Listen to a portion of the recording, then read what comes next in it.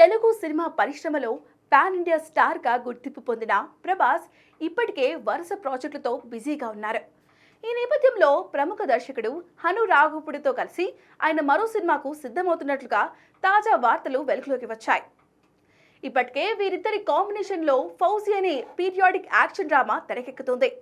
ఈ cinema shooting శరవేగంగా జరుగుతున్న సమయంలోనే మరో చిత్రం కోసం ప్రభాస్ గ్రీన్ సిగ్నల్ ఇచ్చినట్లు సమాచారం.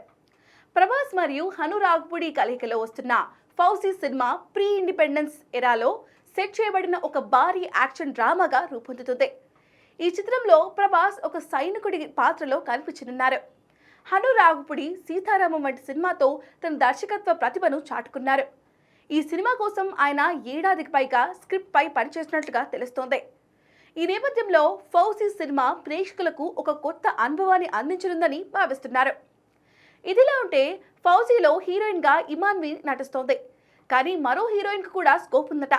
ఈ క్రమంలో పలువురు ముద్దుగుమ్మల పేర్లు వినిపిస్తున్నాయి.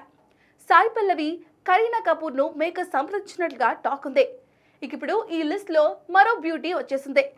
ఈ సినిమాలో బాలీవుడ్ స్టార్ బ్యూటీ దిశా పటాని ఓ క్యామియో పాత్రలో నటించబోతున్నట్లుగా తెలుస్తోంది.